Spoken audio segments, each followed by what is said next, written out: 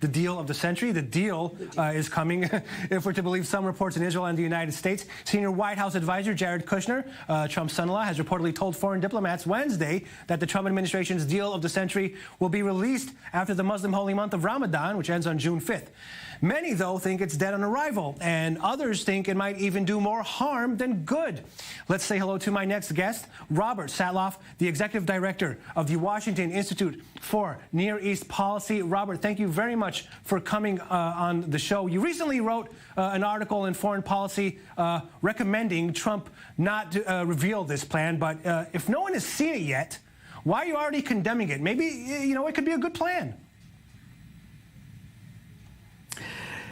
Well, the issue is that initiatives have consequences.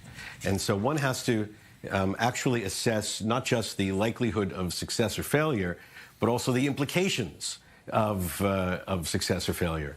And I think that any independent objective observer has to look at the situation between Israelis and Palestinians today and say that it is not ripe for an American proposal to be put on the table, that the situation is not ripe for bridging ideas because the two parties are so far apart. A proposal that is rejected has consequences. It doesn't just disappear into the ether.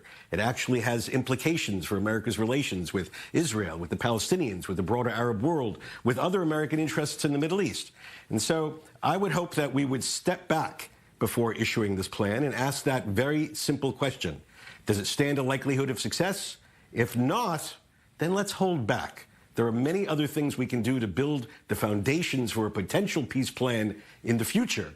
But once you issue an American presidential peace initiative, failure has consequences, which could be very bad for America and very bad for its friends around the region.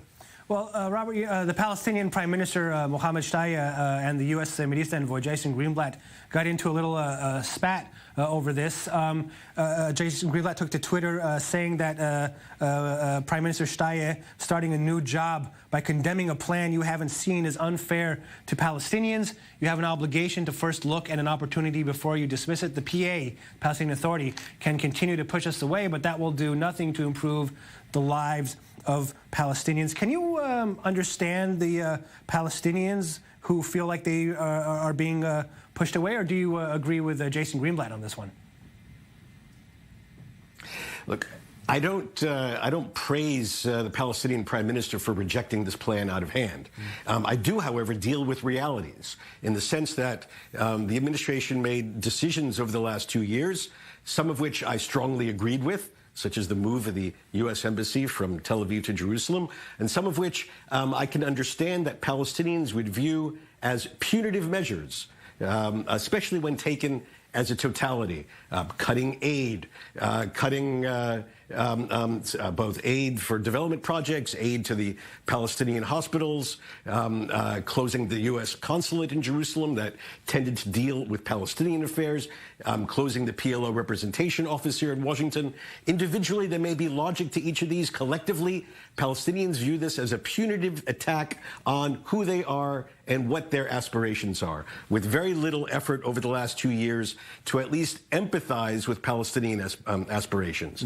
It's not my job to say whether they're right or they're wrong, but it is my job to analyze the situation and say, is it ripe at this moment for the United States to be putting forward a bridging proposal that aspires to find a compromise between two positions that are so antithetically apart?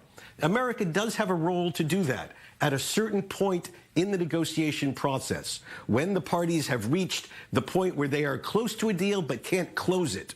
Now they are as far apart from a deal as one can possibly imagine. And there are many, many other preparatory steps we should be investing in to make it more likely that the situation is ripe for a successful initiative at some point.